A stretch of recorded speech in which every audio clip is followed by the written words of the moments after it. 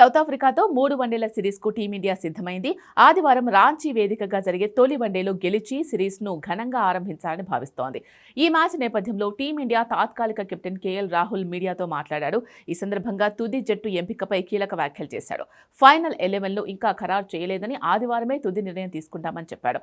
రిషబ్ పంత్, రుతురాజ్ గైక్వాడ్ ఆడే అవకాశాలపై కీలక వ్యాఖ్యలు చేశాడు. రుతురాజ్ గైక్వాడ్ అసాధారణమైన ఆటగాడని, అయితే ప్రస్తుతం టీంలో టాప్ 5 to 6 డైనమిక్స్ చాలా స్థిరంగా ఉన్నాయని అన్నాడు.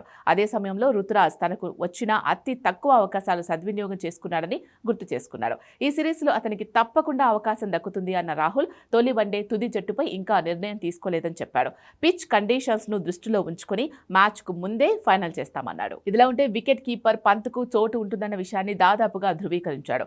ఒకవేళ అతను ఆడితే కీపింగ్ చేస్తాడని చెప్పాడు.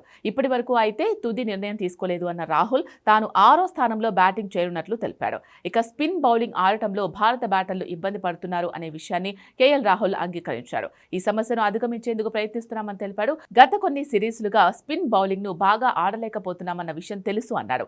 బలహీనతలను గుర్తించడం బ్యాటర్ల పనిగా చెప్పిన రాహుల్ సీనియర్ ఆటగాళ్లతో మాట్లాడి ఆ బలహీనతలను అధిగమించే ప్రయత్నం చేస్తామన్నాడు. ఇప్పటికే బ్యాటింగ్ ను మెరుగుపరుచుకునేందుకు కావలసిన మార్గాలు అన్వేషిస్తున్నట్లు వెల్లడించాడు. అయితే రాత్రికి రాత్రే బలహీనతలు అధిగమించలేమని రాహుల్ వ్యాఖ్యానించాడు. గత ఏడాది కివీస్తో సిరీస్ దగ్గర నుంచి స్పిన్ ఆడటంలో భారత బ్యాటర్లు తేలిపోతున్నారు. గంభీర్ కోచ్గా వచ్చిన తర్వాత ఈ వీక్నెస్ పై దృష్టి పెట్టలేదని పలువురు మాజీలు సైతం వ్యాఖ్యానిస్తున్నారు.